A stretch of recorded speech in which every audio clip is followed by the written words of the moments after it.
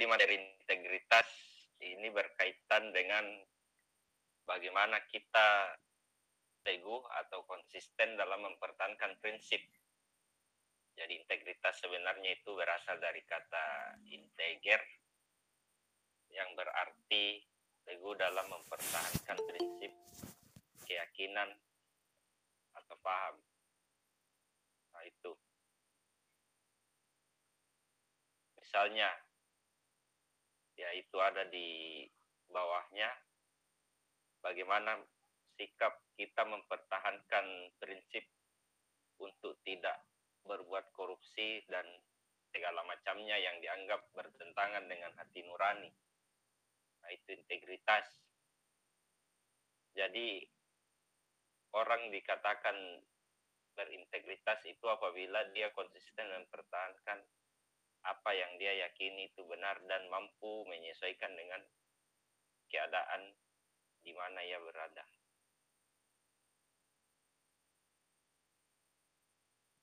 Nah, kemudian di bawahnya pengertian integritas, ya ini ada beberapa pengertian atau definisi menurut para ahli itu sendiri. Kira mungkin bisa dilihat ini, atau silakan kalian screenshot foto bagi yang merasa ini diperlukan sebagai bahan tambahan.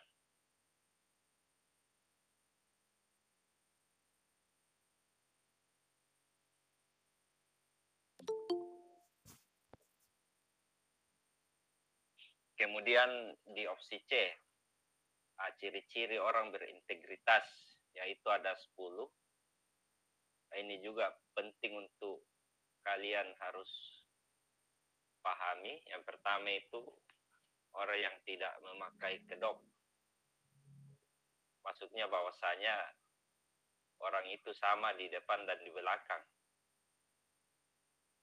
Dia tidak bisa berubah-ubah di mana dia berada. Nah, istilahnya dia tidak seperti bunglon. Kalau bunglon itu kalau di ilmu biologi, dia mampu merubah warna kulitnya di mana dia berada. Tapi kalau manusia yang mempunyai integritas tinggi tidak begitu. Dia tidak memakai kedok atau istilahnya orang bermuka dua. Nah, begitu pemahamannya. Kemudian yang kedua, ya bertindak sesuai dengan ucapan. Artinya niat, ucapan, dan tindakannya itu selaras. Nah, itu dibilang orang yang berintegritas. Jadi kalau pertanyaannya bagaimana kalau ada orang yang sering bohong, ya itu tidak berintegritas namanya. Nah, karena terkadang lain yang ada di hatinya, tapi lain juga yang dia lakukan. Nah itu. Jadi itu tidak selaras atau dia tidak bertindak sesuai dengan ucapannya. Kemudian yang ketiga, bagaimana seseorang itu mampu menepati janji manakala dia berjanji sama orang lain. Atau istilahnya tidak munafik lah. Ya, jadi kalau orang tidak munafik itu berarti dia juga termasuk orang yang berintegritas. Nah, termasuk ciri orang yang tidak munafik itu adalah selalu menepati janji. Apalagi kalau dia dipercaya, dia diberi amanah, dia mampu menjalankan amanah itu. Dan yang ketiga, apabila dia berkata, maka ucapannya itu bisa dipercaya. Nah itu. Kemudian selanjutnya sama di depan dan di belakang. Ya saya kira ini hampir sama dengan yang di nomor 1 tadi. Dia tidak memakai kedok, tapi dia betul-betul seperti orang apa adanya. Kemudian yang kelima, taat asa atau tidak pelin-pelan. Ya, artinya dia mudah memahami kondisi sekitarnya. Tidak lalot lah bahasa kerennya ini. Kemudian yang keenam, konsisten antara apa yang diimani dan kelakuannya. Ya maksudnya ini sesuai dengan hatinya dan sesuai dengan perilakunya. Kemudian yang ketujuh, konsisten antara nilai hidup yang dianut dan hidup yang dijalankan.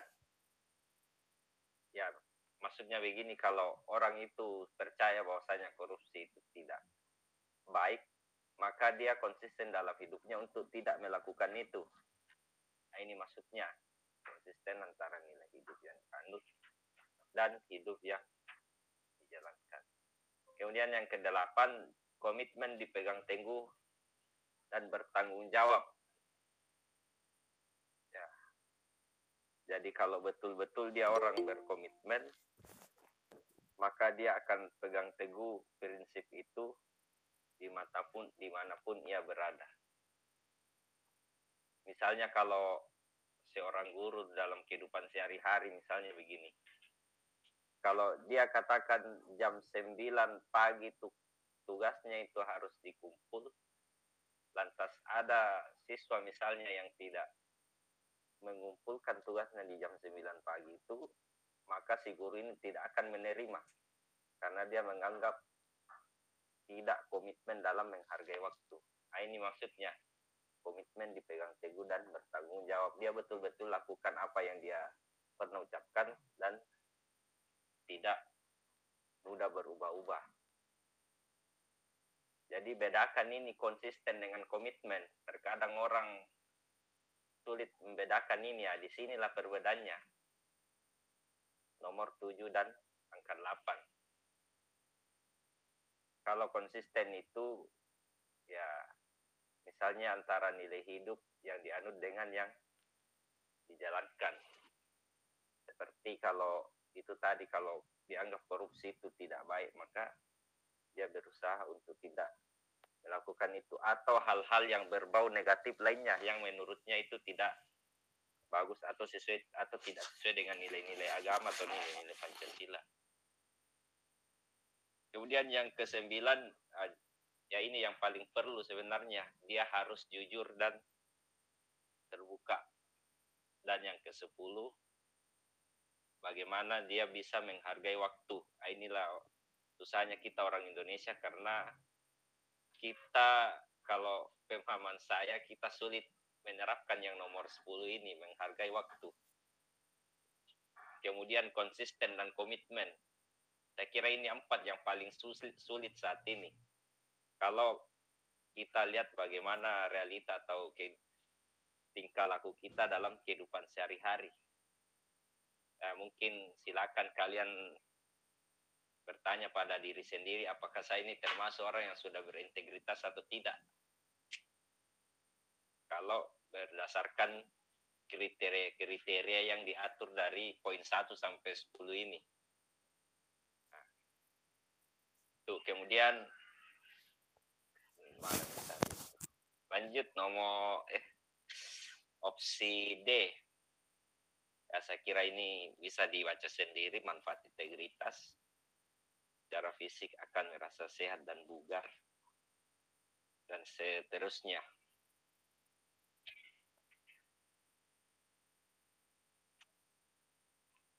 Kemudian ada tujuan integritas. Ya, di sini tujuannya juga ada 4. Merupakan salah satu kunci untuk meraih keberhasilan dan kesuksesan.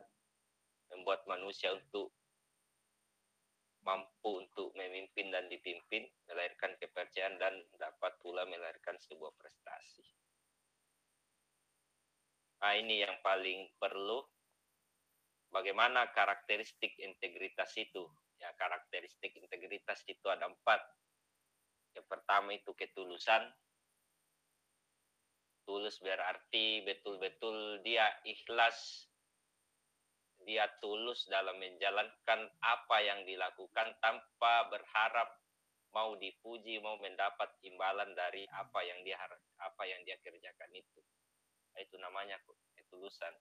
Kemudian konsistensi, keteguhan hati, istilahnya orang sabar, dan yang terpenting dia setia juga.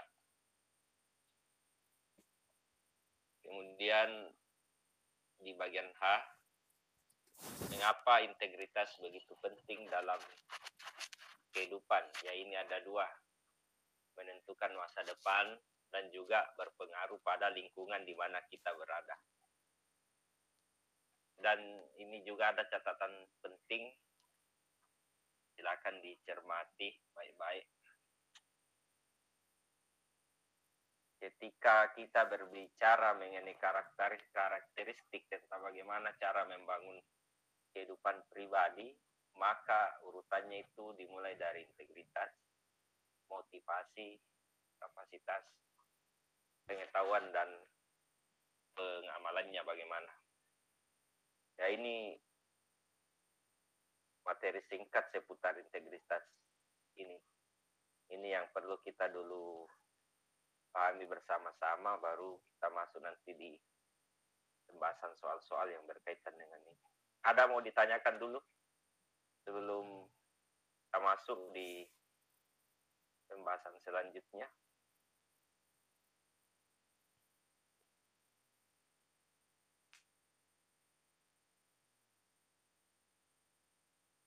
Saya rasa kalau tidak ada, kita masuk saja di pembahasan soalnya supaya lebih menantang ya.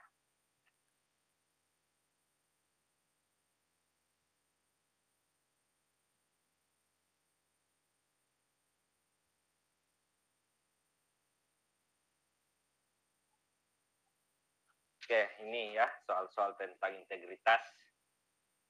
Ya, saya kira bisalah diselesaikan pembahasan ini sebelum pembelajaran ini selesai nantinya. Nah, coba sistemnya sama, silakan kalian jawab dulu. Nanti kita bedah soalnya satu persatu.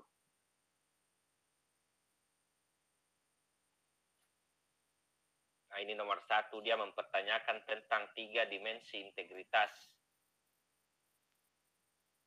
Biar 3 dimensi integritas diklarifikasikan sebagai berikut. Mana kira-kira yang masuk dari 7 opsi yang ada di atas itu?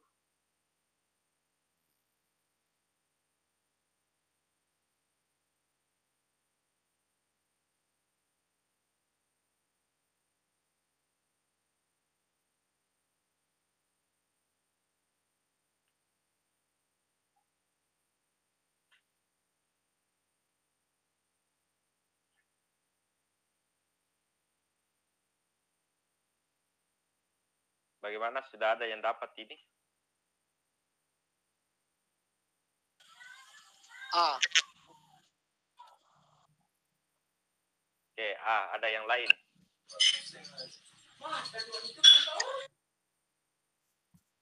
Ada yang lain selain A atau sepakat semua ini?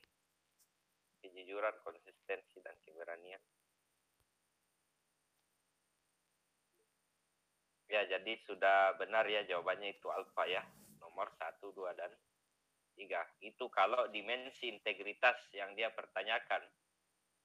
Tetapi kalau implementasi daripada integritas atau pengamalannya dalam kehidupan sehari-hari kita, maka jawabannya itu bisa nomor 4, 5, dan 6. Nah, jawabannya B kalau yang ditanyakan itu soal pengamalannya atau pengaplikasiannya. Tapi yang ditanyakan di sini adalah dimensinya. Nah, di mana dimensi integritas itu sendiri ada 3.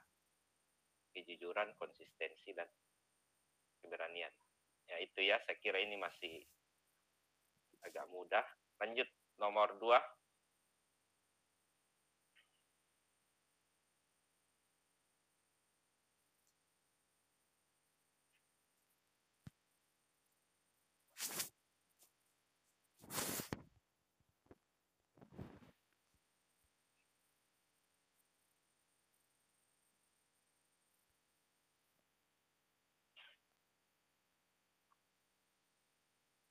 Sudah didapat ini nomor 2. Tahapan pembangunan sistem integritas nasional harus dimulai dari pembangunan sistem integritas. Jadi integritas itu mula-mula harus dimulai dari apa dulu? Dari individu. Ya, jawabannya itu harus dari diri sendiri atau dari individu. Ya, sudah benar. Nah, nanti setelah bisa kita merasa mengendalikan diri kita, mampu menempatkan diri kita pada posisi mana yang dianggap baik misalnya dan mana yang dianggap buruk, barulah yang kedua itu lingkungan keluarga.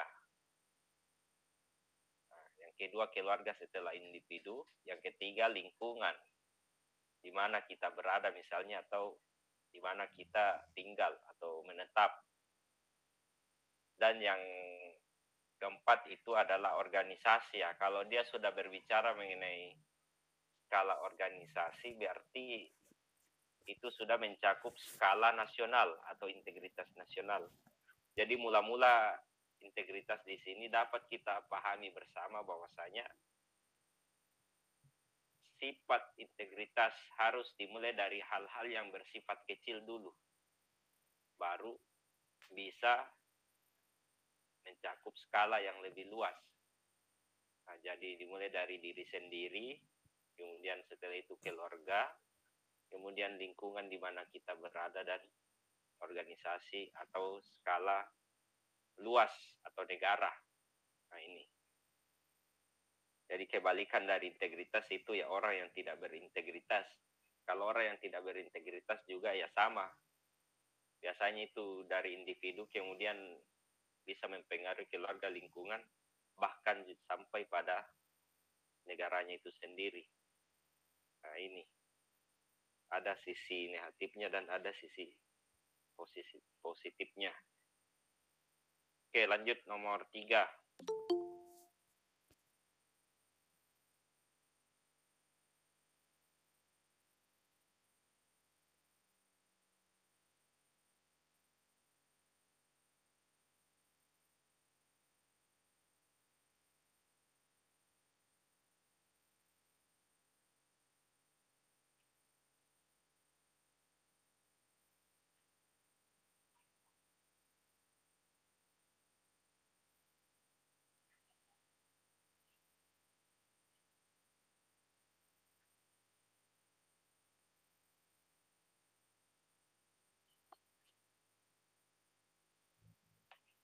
Bagaimana sudah didapat nomor 3? Bagaimana misalnya kalau Anda berada di posisi seperti ini? Kalian sudah janjian dengan temannya, umpamanya janjian untuk makan ceritanya atau pergilah ke sesuatu hal, tapi tiba-tiba Anda mendapat kabar bahwa anak Anda itu misalnya harus dirujuk ke rumah sakit dan Anda diharapkan pulang di hari itu juga. Bagaimana sikap Anda jika Anda berada pada posisi seperti itu? Coba Anda mati A sampai ini agak mirip dengan soal TKP sedikit ya. C. Oke, ada yang E. Merasa takut dipersalahkan oleh orang yang bersangkutan. Charlie. Merasa bersalah pada orang yang bersangkutan. Oke, ada yang lain selain E.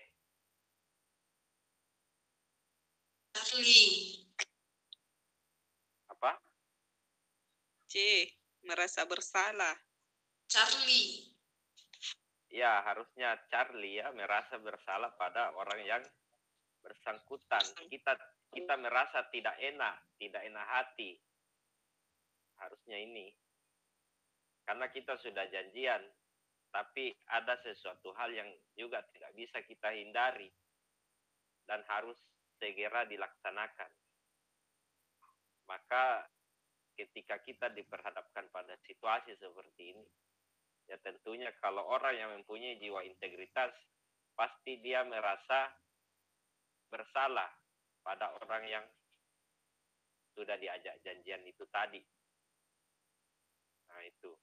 Dan lebih tepatnya lagi dan lebih bagusnya lagi kalau dia bisa memahamkan kepada temannya yang sudah janjian bahwasanya ada hal-hal yang seharusnya yang harus segera saya tuntaskan.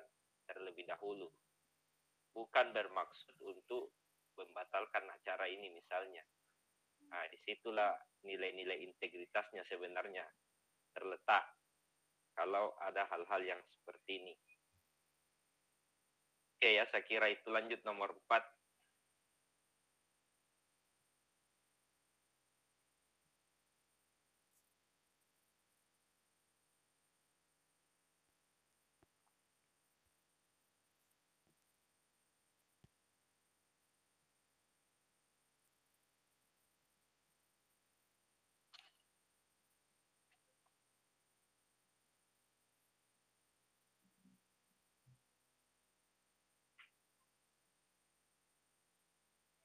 Ya, saya kira sudah dibaca. Kira-kira jawabannya ini apa?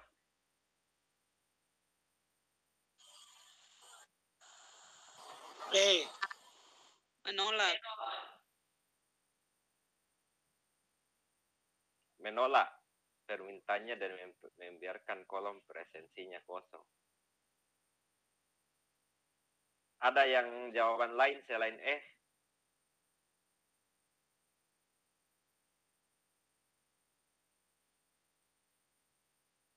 Ya, jawabannya sudah benar ya. Dia harus menolak permintaannya dan membiarkan kolom presensi atau absensinya itu tetap kosong. Ya, itu adalah cara yang paling ampuh apabila kita diperhadapkan pada situasi yang seperti di nomor 4 ini. Sekalipun dia itu adalah teman kita misalnya, atau teman kerabat atau sahabat, tapi kalau orang yang punya integritas tinggi, dia mampu membedakan mana yang baik dan mana yang buruk. Ya, lagi-lagi semuanya kembali ke situ sebenarnya. Nah, itu. Oke, nomor 5.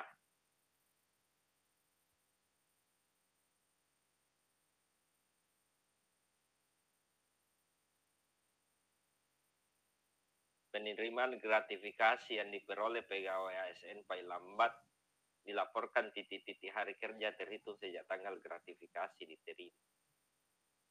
Kira-kira berapa hari itu? Kalau umpamanya seorang PNS atau P3K yang menerima gratifikasi, berapa hari itu paling lambat dia harus laporkan ke KPK misalnya? 30. 7 hari. Ya, jawabannya itu adalah 30 hari semenjak dia menerima gratifikasi itu. Kalau saya tanya apa itu gratifikasi? Ada yang tahu apa itu gratifikasi?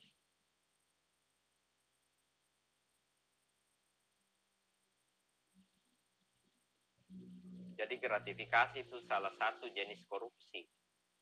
Jadi jangan diartikan korupsi itu hanya yang mencuri uang negara saja untuk kepentingan pribadi atau keluarganya, tapi gratifikasi itu termasuk salah satu jenis korupsi. Lalu apa itu gratifikasi kira-kira? Ada yang tahu ini definisinya? Ucapan terima kasih. Ya, sudah menghampiri benar, tapi belum sempurna.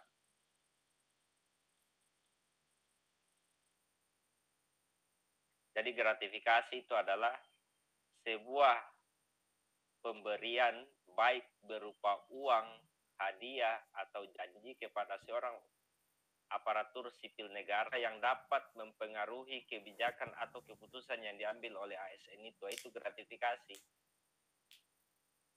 Bukan dibilang dilarang menerima hadiah atau janji atau apa, tapi sepanjang itu menyangkut kebijakan yang akan diambil oleh seorang ASN tidak boleh. Dan kalaupun ada yang mencoba, yang menerima hal seperti itu, kalau dia punya itikat baik, harusnya dia melapor paling lambat 30 hari sejak dia menerima itu. Misalnya kalau A itu seorang kepala dinas pendidikan misalnya, lantas ada orang yang datang tiba-tiba memberi sebuah hadiah, entah itu taruhlah misalnya sebuah 1 unit mobil dengan maksud supaya anaknya ini didoloskan untuk bisa bekerja di dinas kependidikan, yaitu yang termasuk gratifikasi. Dan kalau ada hal seperti itu didapat, wajib hukumnya segera melapor kepada KPK bahwa ada temuan seperti ini saya temukan di lapangan. Nah itu. Dan tidak jarang banyak kepala daerah atau pejabat yang tersangkut masalah korupsi atau berurusan dengan KPK hanya karena persoalan gratifikasi ini. Ya termasuk Gubernur Sulawesi Selatan itu ya dia terjerat masalah gratifikasi ini karena dia menerima sebuah hadiah atau janji dari berbagai kontraktor sehingga dia memenangkan beberapa kontraktor yang dia memberikan gratifikasi kepada dia. Nah ini yang bahaya ya. Jadi ini termasuk jenis korupsi yang amat dilarang bagi seorang penyelenggara negara. Oke lanjut nomor 6.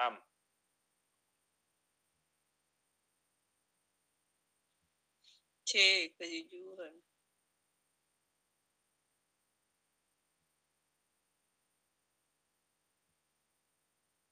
Nilai utama yang wajib dimiliki seorang ASN sebagai pelayan publik. D. Tanggung jawab. Kejujuran. Ya, harusnya dia mempunyai sikap jujur atau tanggung jawab ini. Ya, salah satu benar ini. Kalau kedisiplinan, rela berkorban dengan ini sudah tidak masuk. Antara B dengan C.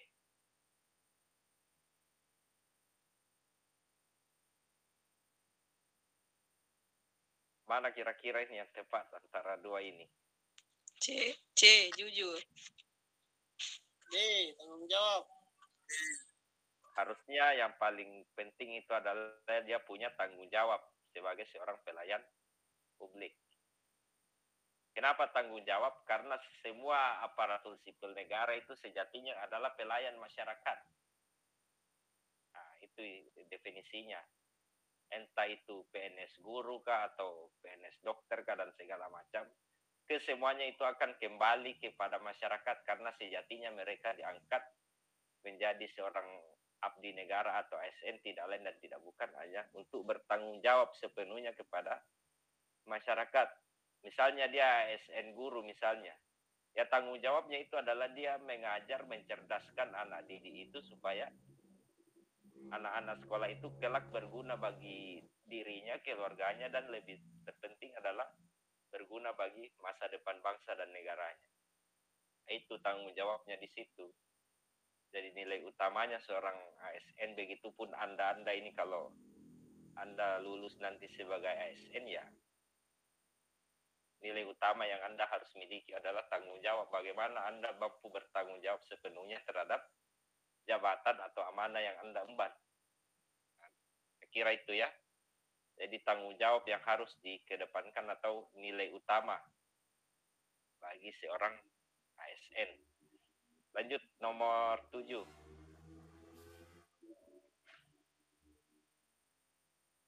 Nah ini saya kira agak mudah, tidak terlalu butuh pendalaman. Nah, kata integritas berasal dari kata B. Integrity.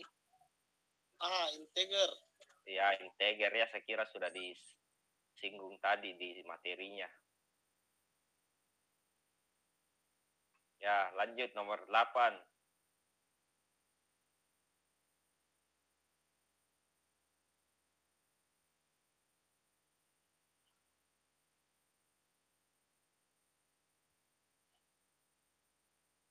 Ya undang-undang sebuah sistem hukum yang mengatur tentang tipikor melalui undang-undang nomor berapa. Jadi tipikor itu singkatan dari tindak pidana korupsi.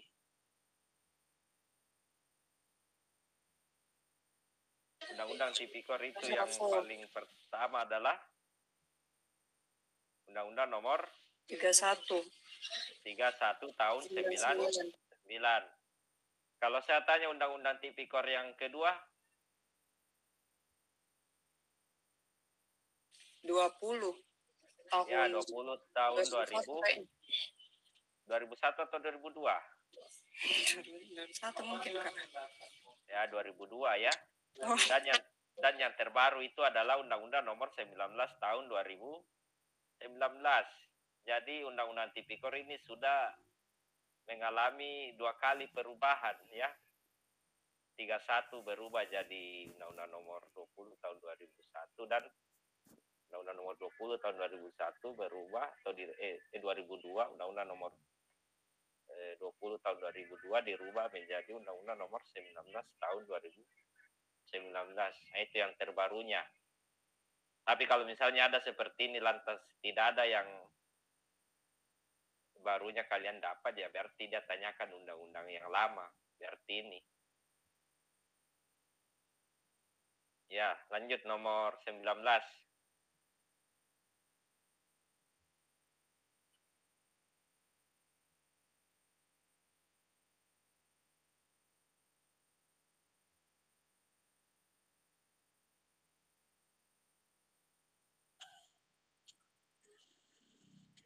Apa ini nomor 9? Jujur. Jujur. Ya, jawabannya adalah jujur. Kenapa jujur? Karena ini kata kuncinya di sini, berdasarkan perilaku yang transparan, akuntabel, dan bebas korupsi. Maka itu mengarah pada jawaban yang jujur ya. B. 9.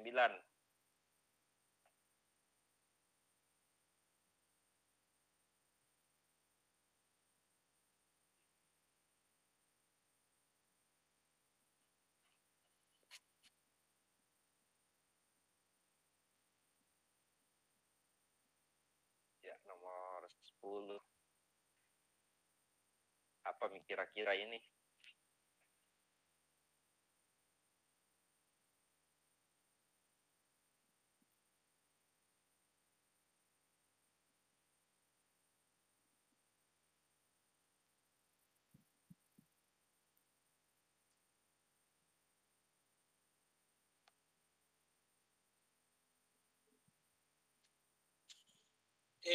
Menghambat integritas. Ada yang lain? Oke, ada yang bilang menghambat. Yang lain?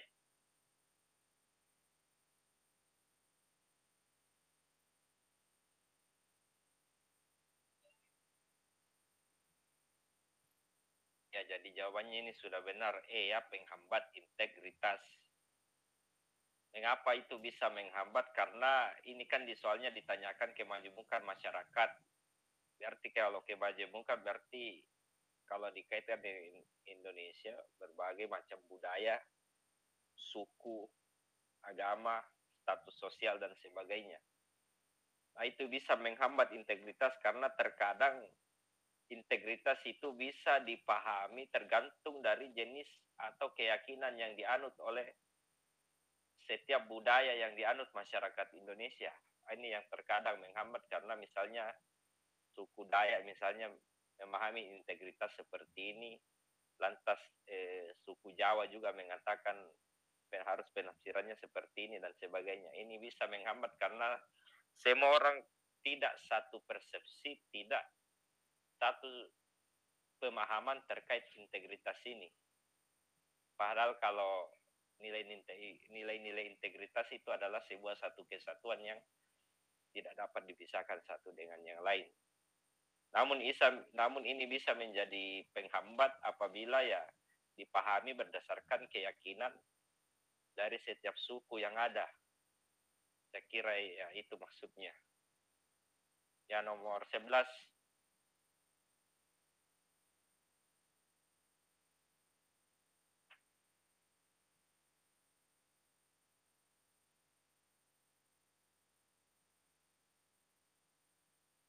Apa itu nomor 11?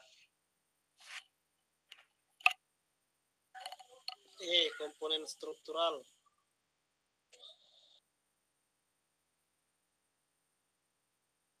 Komponen struktural. Ada yang lain selain komponen struktural?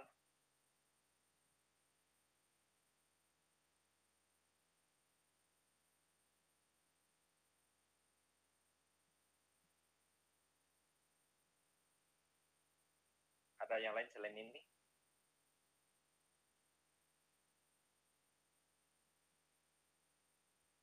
Ini kan yang ditanyakan institusi negara yang ditinjau untuk menjaga marwah dan integritas lembaga. Artinya bagaimana caranya pegawai yang ada dalam lembaga itu menjaga nama baik, itu marwah namanya, dia menjaga baik kantornya atau perusahaannya di mana dia bekerja. Berarti itu ada kaitannya dengan komponen internal. Menjadi tanggung jawab sepenuhnya setiap ASN yang berada di situ. Misalnya kalau ASN itu bekerja di dinas pendidikan ya, maka konsekuensinya semua ASN yang ada di situ harus menjaga baik dinas pendidikan itu supaya bisa dipercaya oleh masyarakat luas. Nah, itu komponen internal kaitannya dengan sejauh mana kita mampu menjaga marwah atau nama baik sebuah lembaga. Nah, kalau komponen internal, bagaimana kita mampu melayani masyarakat dengan baik sebagai seorang ASN atau di negara. Nah, itu kalau pertanggungjawabannya keluar. Tapi kalau hanya untuk menjaga nama marwah, nama baik lembaga ya, itu urusannya yang bekerja di situ. Kalau komponen struktural ya, ini berkaitan dengan posisi atau struktural yang ada dalam sebuah instansi. Nah, misalnya ada kepala dinas, misalnya ada sekretaris dinas, ada bendahara dan sebagainya. Itu struktural. Tapi kan soalnya tidak mengatakan seperti itu. Yang ditanyakan di sini hanya untuk menjaga marwah dan integritas lembaga. Berarti jawabannya itu alfa, komponen internal ya. Oke, lanjut nomor 12.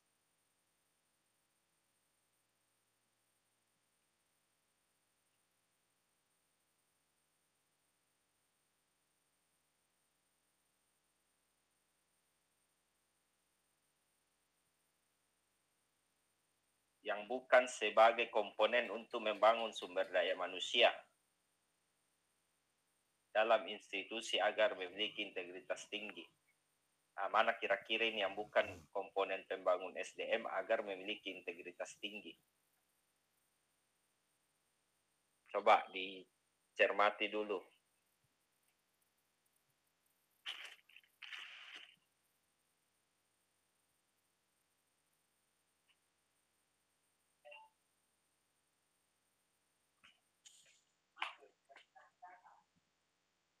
Ada yang sudah dapat ini? Mana kira-kira? Seminar. Ya, jawabannya itu delta ya, seminar. Jadi seminar itu bukan penunjang manusia itu manusia atau sumber daya manusia itu memiliki integritas yang tinggi. Jadi yang berpengaruh itu termasuk promosi, mutasi, rekrutmen, dan prestasi kerja. Kecuali seminar. Ini tidak ada kaitannya. Oke, lanjut. Nomor 13.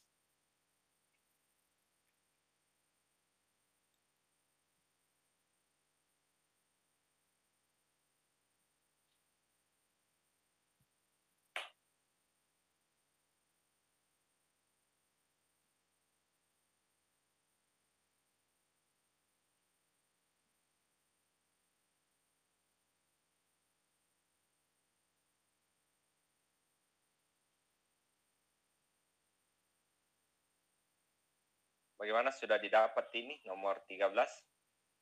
Apa manfaatnya itu survei dilakukan di sebuah instansi misalnya?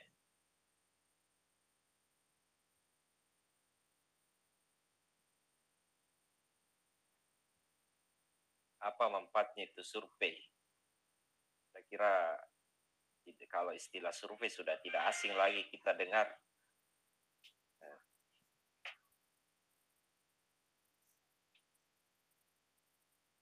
Apa kira-kira ini?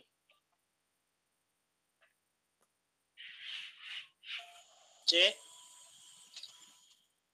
Oke, ada yang C, modal perencanaan pembangunan SDM.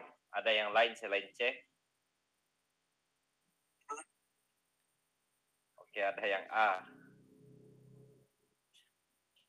Harusnya itu jawabannya delta ya. menjadi bahan evaluasi kerja untuk menghindari tindakan korupsi. Harusnya itu ya. Survei. Kalau survei itu biasanya kalau begini sederhananya. Itu kalau di sekolah dulu biasanya setiap 1 bulan sekali itu ada pengawas dari Dinas Pendidikan yang melakukan survei terhadap guru-guru di sekolah itu. Nah, itu tujuannya tidak lain dan tidak bukan supaya bisa dilihat seberapa jauh ASN itu bisa bertanggung jawab terhadap jabatan yang diembannya masing-masing.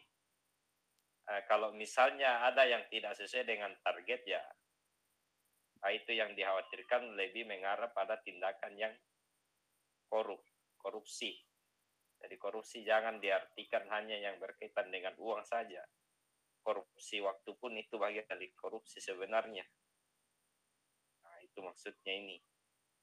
Jadi menjadi bahan evaluasi kerja untuk menghindari tindakan korupsi. Nah, kalaupun dievaluasi lantas ada temuan yang misalnya tidak sesuai dengan harapan, itulah yang dievaluasi kembali supaya ke depannya bisa menjadi lebih baik. Nah, itu. Jadi tepatnya sebagai evaluasi kerja. Lanjut nomor 14. Coba diperhatikan dulu.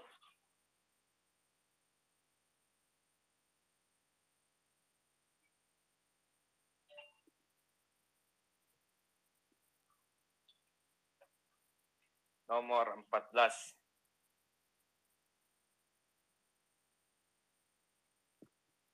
Setiap pegawai harus membuka diri terhadap hak masyarakat secara jujur, benar, dan tidak diskriminatif terhadap masyarakat. Apa kira-kira ini kalau seorang ASN itu dia jujur, benar, dan memberikan informasi atau tidak diskriminatif terhadap masyarakat?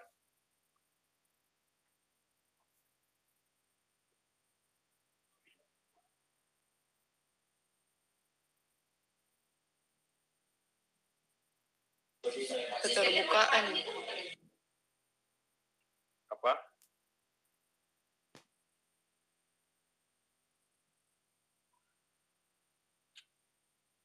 D. Ya, harusnya asas keterbukaan.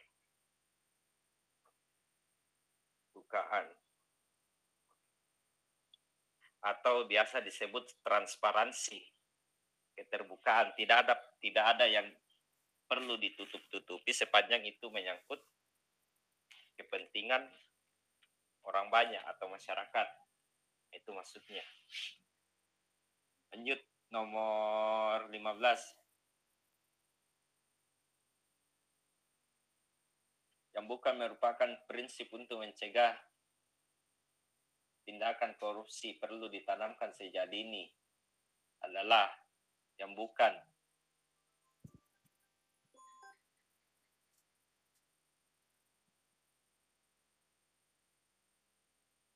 Kritis. ya kritis ya.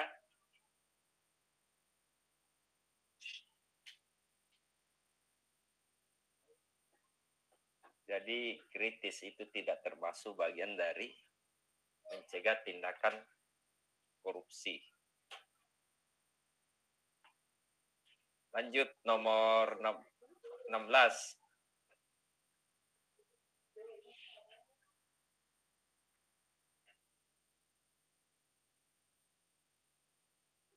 Nilai-nilai berikut yang termasuk dalam nilai anti korupsi pada aspek etos kerja adalah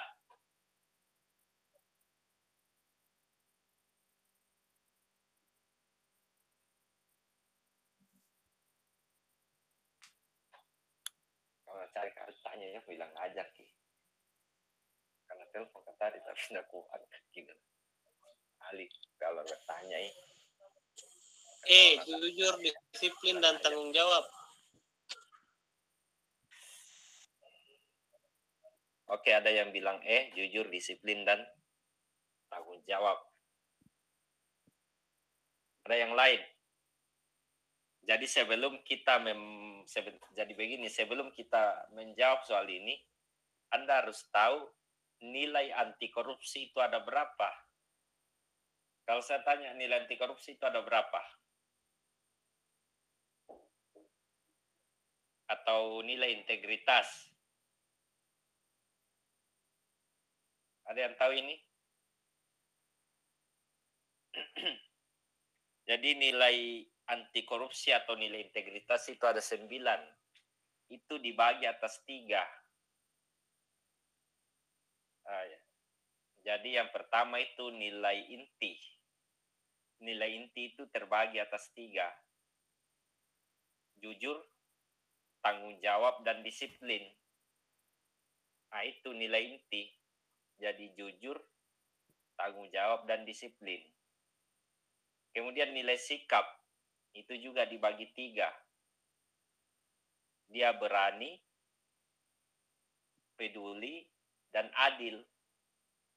Nah, jadi nilai sikap itu ada 3. Dia peduli, berani, dan adil. Dan yang ketiga etos kerja. Nilai etos kerja itu juga ada 3. Mandiri, sederhana, dan kerja keras. Nah, itu. Nah, kalau Anda sudah paham itu, ya mudah kita menjawab soal ini. Kira-kira apa itu jawabannya di sini? Yang masuk nilai etos kerja.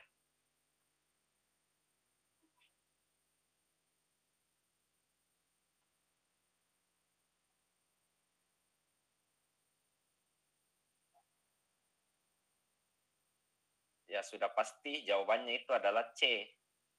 Kerja keras, mandiri, dan sederhana. Itu nilai etos kerja. Jadi ingat baik-baik itu 9 nilai anti korupsi.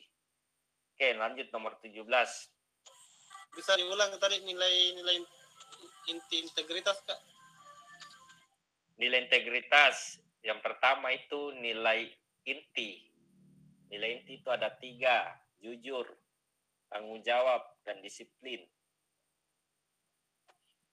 Kemudian yang kedua nilai sikap. Itu ada 3 juga.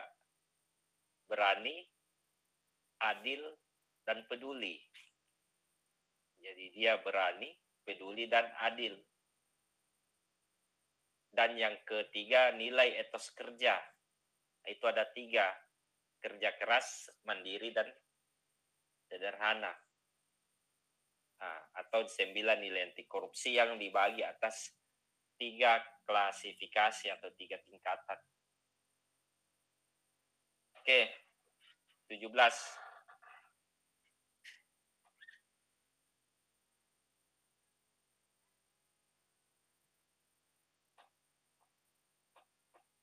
Integritas secara harfiah sebenarnya memiliki pengertian bahwa apa kira-kira itu pengertian integritas secara harfiah?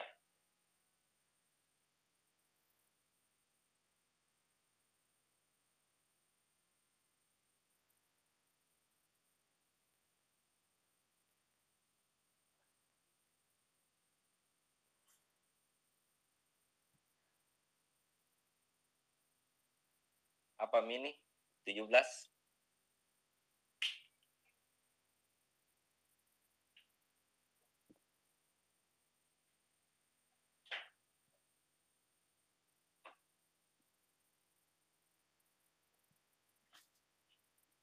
Kenapa Ali ya?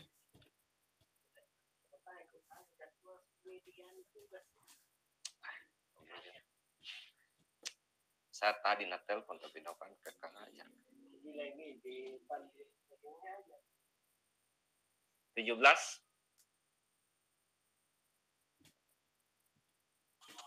B. Jadi pengertian integritas secara harfiah itu adalah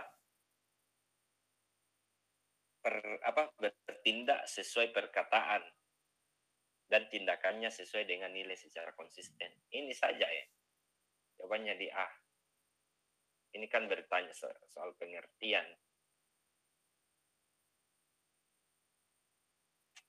Kalau opsi B, C, D, dan E ini benar. Tapi bukan ini yang ditanyakan soal. Ditanyakan itu pengertiannya. Kalau secara pernyataannya ya kesemuanya ini benar. Tapi yang lebih tepatnya A. Karena yang ditanyakan pengertian integritas secara harfiah atau secara luas.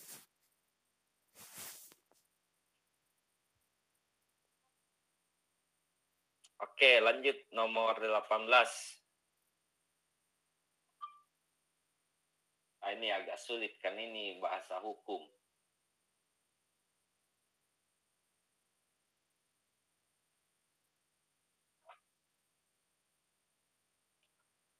Coba kalian cari-cari dulu.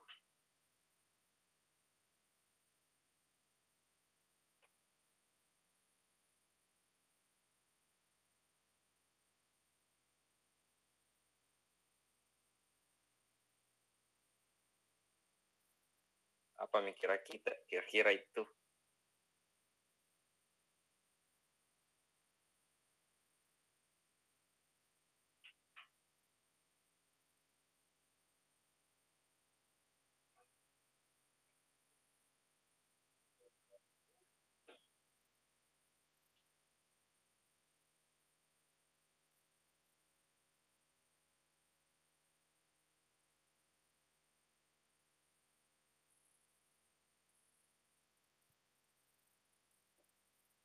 Ada yang dapat?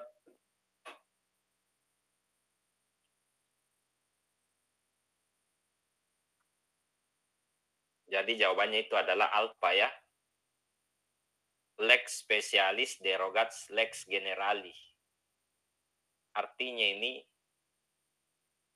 hukum yang bersifat khusus dapat menyampingkan hukum yang bersifat umum. Nah, contohnya korupsi. Karena yang ditanyakan di soal itu adalah tindakan korupsi. Di mana korupsi ini kalau dalam ilmu hukum Indonesia termasuk jenis kejahatan atau jenis tindak pidana yang sifatnya khusus. Karena dia yang sifatnya khusus, maka proses penanganannya pun juga harus bersifat khusus. Kenapa demikian? Karena korupsi ini tidak bisa dicampur adukan dengan kejahatan umum.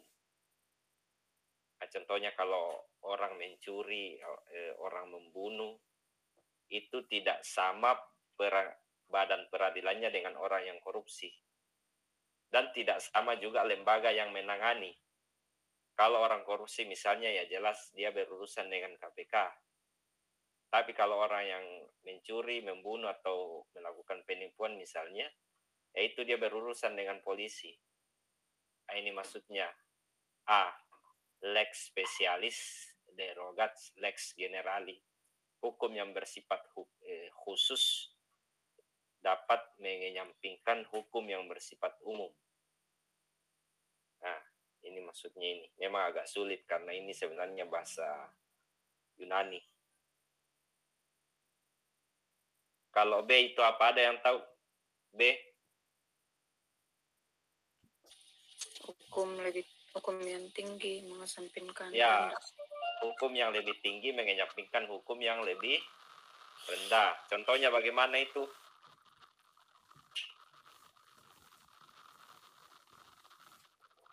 Hukum yang lebih tinggi menyampingkan hukum yang lebih rendah.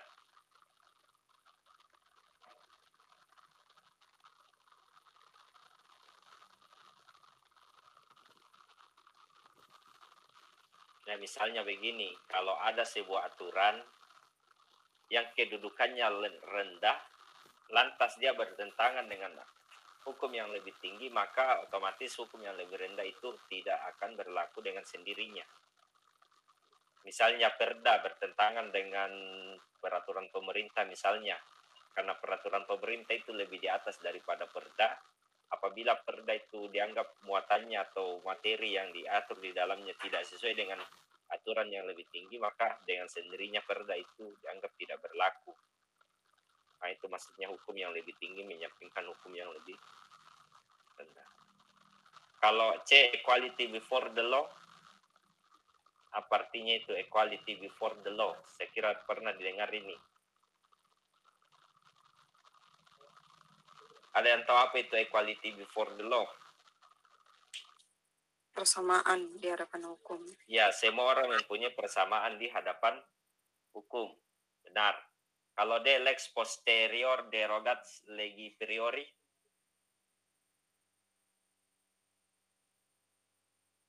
apa artinya itu? Lex posterior derogat lex priori. Artinya ini hukum yang baru mengenyampingkan hukum yang lama. Misalnya tadi undang-undang tentang korupsi, Undang-Undang Nomor 31 tahun 2000, Undang-Undang Nomor 31 tahun 99. Itu dengan sendirinya tidak berlaku lagi karena sudah ada Undang-Undang Nomor 19 tahun 2019 yang terbaru, atau hukum yang baru mengenyampingkan hukum yang lama. Terakhir, lex imperfect, apa itu?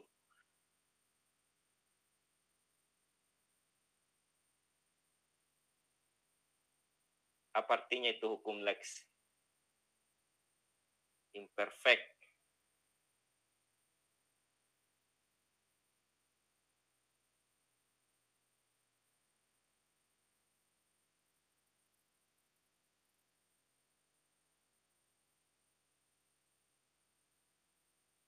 Jadi istilahnya lex imperfect itu sebuah aturan hukum yang tidak disertai sanksi bila tidak dilaksanakan. Jadi ingat, aturan hukum yang tidak disertai sanksi apabila tidak dilaksanakan. Nah, itu maksudnya. Saya kira itu ya. Ini nomor 18. Jadi saya sudah jabarkan panjang lebar ya, silakan Anda cermati. Lanjut nomor 19.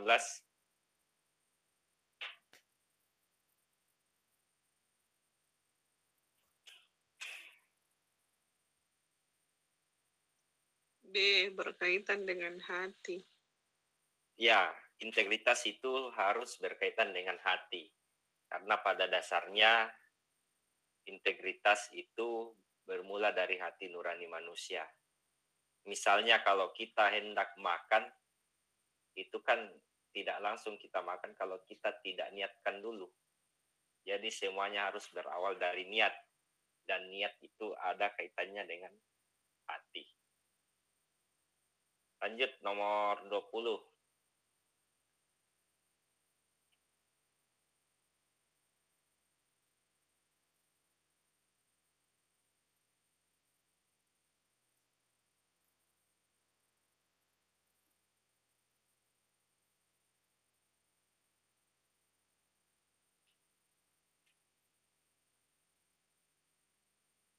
Eh,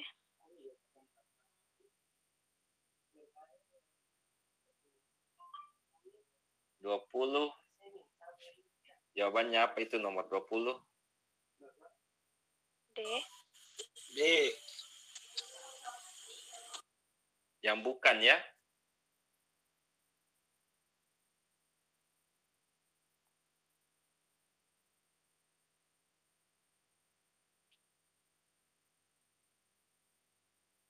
Coba Anda cermati dulu ini.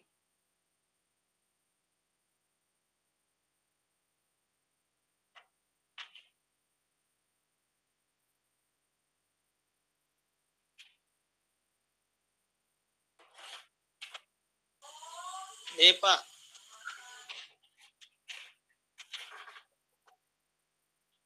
Oke, ada yang bilang B.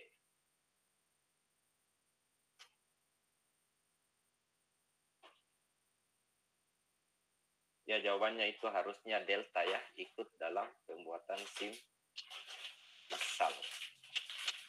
Nah, harusnya itu. Kalau beta ya itu kurang tepat ya.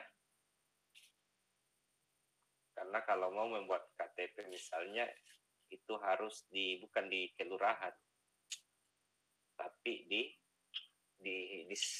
apa namanya, Dinas Kependudukan dan Pencatatan Sipil di tiap kabupaten kota. Itu. Kemudian selanjutnya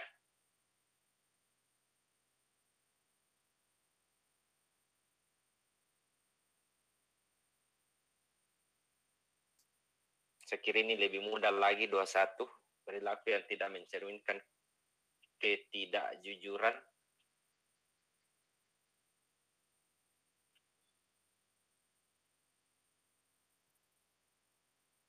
Berikut ini perilaku yang mencerminkan ketidakjujuran. Adalah budaya menyontek. Ya, ini gampang ya, budaya menyontek. Jadi sebenarnya awal mula sebenarnya ketidakjujuran ya berasal dari hal-hal yang sebelumnya kita anggap sepele. Nah ini sebenarnya hal-hal sepele seperti menyontek ini, tapi kalau lama-kelamaan ini akan menjadi sebuah budaya. Dan kalau sudah menjadi budaya, ini yang dapat mengarahkan seseorang untuk tidak berbuat jujur dalam kehidupan kesehariannya. 22. Hal yang paling sulit untuk menjadi manusia yang berintegritas itu adalah apa yang paling sulit itu kalau orang manusia berintegritas? Oke, ada yang bilang A. Apa yang lain? Ada yang lain selain A?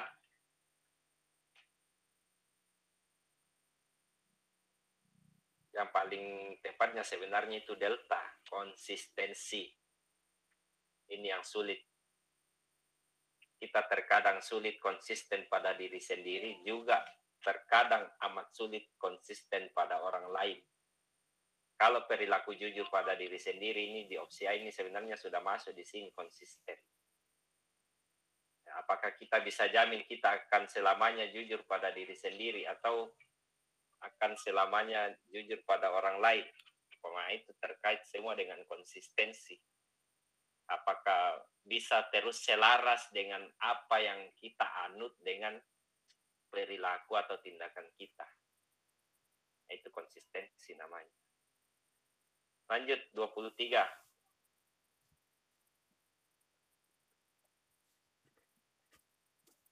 Ali lagi tuh kan.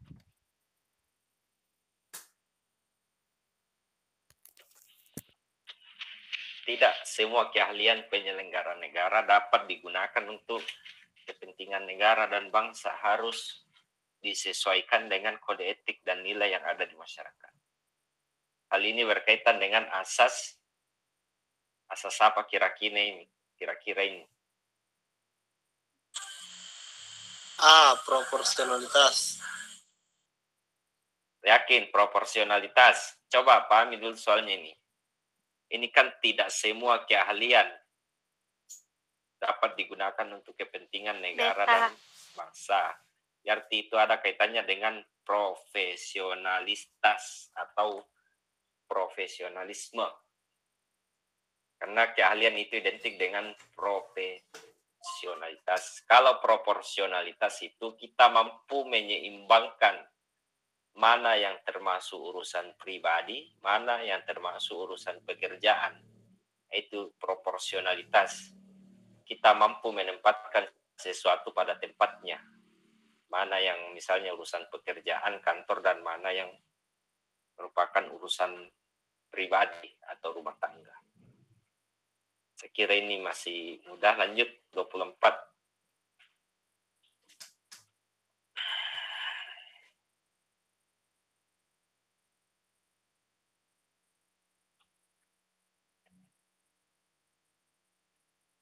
C. Nepotisme. Ya, nepotisme. Karena mengutamakan keluarga dekatnya atau koleganya. Kalau kolusi apa? Ini agak beda-beda tipis dengan nepotisme. Kalau kolusi, kan ada namanya KKN. Kolusi, korupsi, dan nepotisme. Itu satu paket, itu 3. Lalu apa itu kolusi?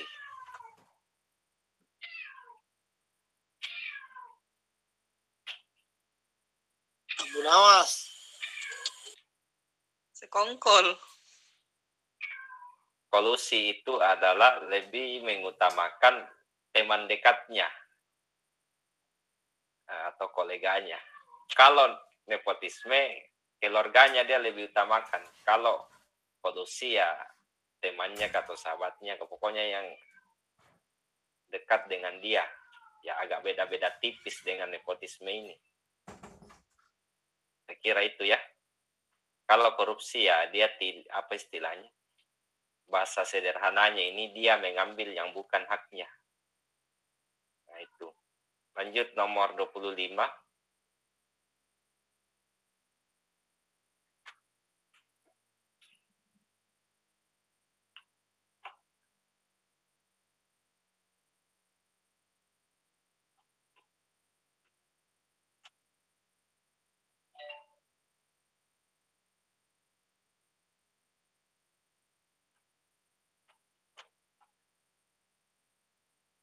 Baik buruknya perilaku seorang ASN maupun penyelenggara negara dalam menjalankan tugas dan dapat dilihat dari 2 aspek, yaitu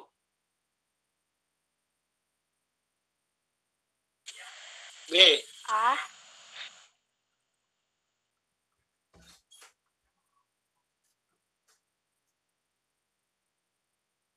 ada yang A ya, ada yang B. Jawabannya harusnya itu adalah alfa, integritas dan komitmennya. Jadi baik buruknya perilaku seorang penyelenggara negara dalam menjalankan tugasnya itu dapat dilihat dari 2 aspek, integritas dan komitmen. Ya ini diatur di Undang-Undang Nomor 14 Tahun 2014 tentang ASN. Jadi kalau misalnya ada bertanya kenapa integritas dan iya, karena memang aturannya seperti itu. 2 hal yang harus melekat atau menjadi tolak ukur untuk menilai apakah perilaku ASN itu baik atau buruk. Itu didasari atas integritas dan komitmen, yaitu di Undang-Undang Nomor 14 Tahun 2014 tentang aparatur sipil negara. Oke, lanjut nomor 26.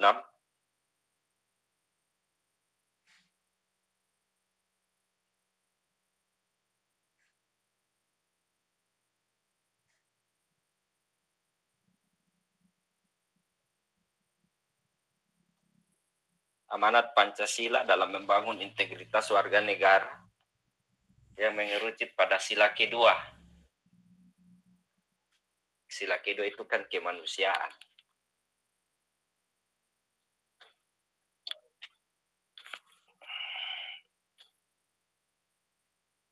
Mana kira-kira ini yang termasuk di situ? Yang menunjukkan etika. Delta. Ya, jawabannya sudah benar ya.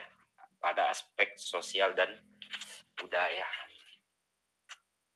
Jadi integritas seorang warga negara atau manusia itu awalnya berasal dari sosial dan budayanya sendiri yang dia anut.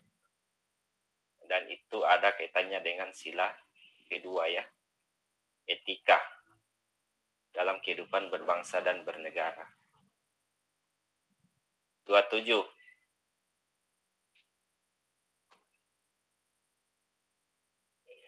Ciri seorang pemimpin sebagai tauladan yang tentunya berintegritas baik dan sebagai elaborator yang mampu mentransformasikan. Apa kira-kira ini nomor 27?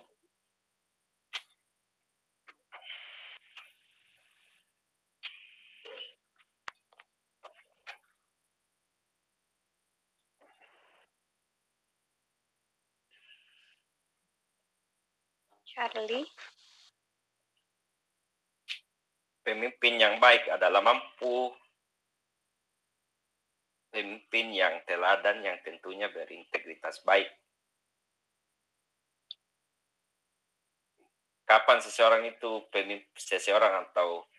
pemimpin itu dikatakan baik? Bila mana dia mampu mentransformasikan atau menyejajarkan antara nilai agama dengan nilai luhur Pancasila.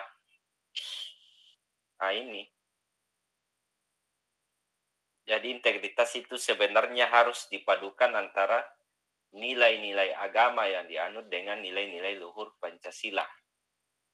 Kalau kita sudah mengamalkan nilai agama dengan nilai luhur Pancasila ya, boleh dikata kita sudah termasuk manusia yang sempurna. Nah ini, makanya agak susah memang kalau mau dicari itu orang yang berintegritas. Karena harus didasari atas dua nilai ini, agama dan Pancasila. Makanya agama dengan Pancasila itu tidak dapat dipisahkan satu dengan yang lain. Karena keduanya ini adalah dua hal yang saling menyatu sehingga dapat membentuk integritas atau kepribadian yang baik pada diri seseorang. Nah, itu awal mulanya di sini, nilai agama dan nilai luhur Pancasila. Lanjut 28.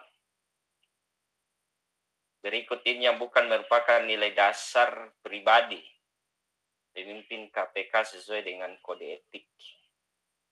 Meliputi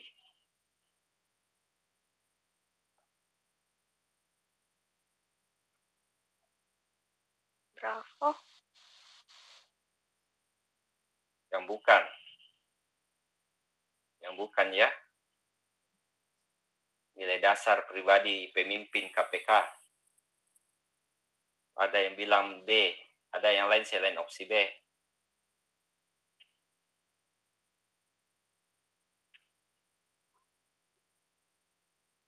Ya, jawabannya itu adalah error. Disiplin dan berwibawa. Disiplinnya benar, tapi berwibawanya ini yang tidak termasuk. Kalau yang lainnya ini sudah benar, kecuali E. Disiplinnya ini benar, cuma salahnya karena ada kata berwibawa. Nah itu. Oke. 9.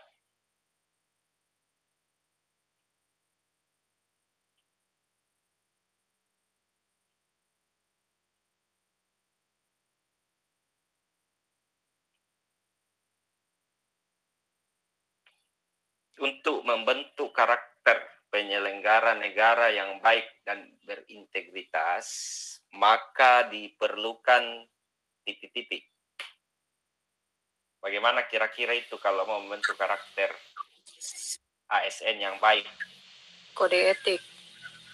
Ya, benar ya. Dia harus punya kode etik penyelenggara negara. Kenapa? Karena dengan adanya yang namanya kode etik, ini semacam aturan mana yang harusnya boleh dia lakukan dan mana yang harusnya tidak boleh dia lakukan.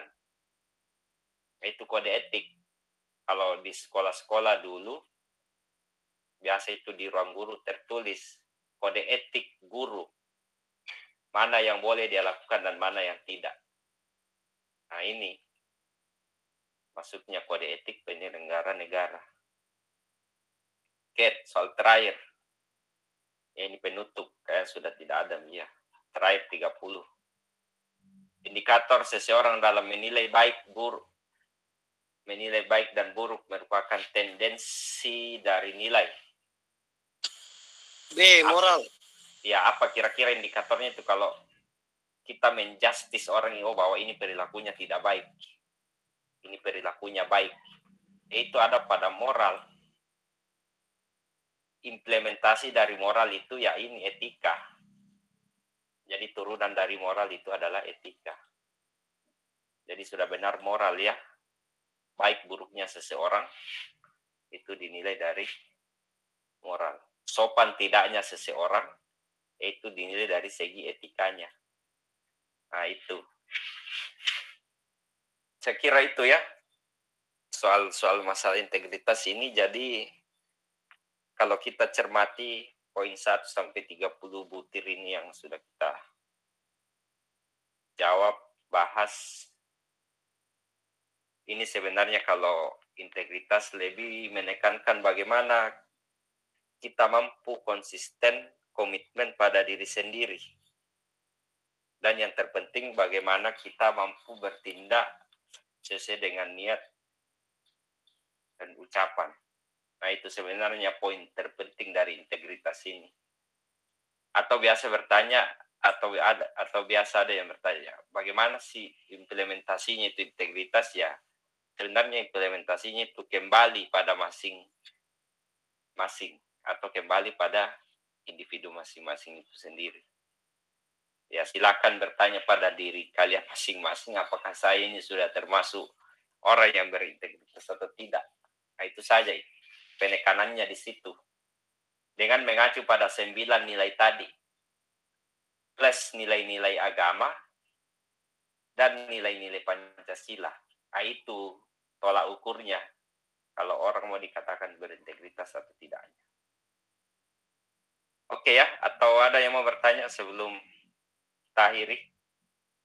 Jadi saya kira ini adalah materi terakhir untuk wawasan kebangsaan. Bela negara saya kira kita sudah pernah kaji.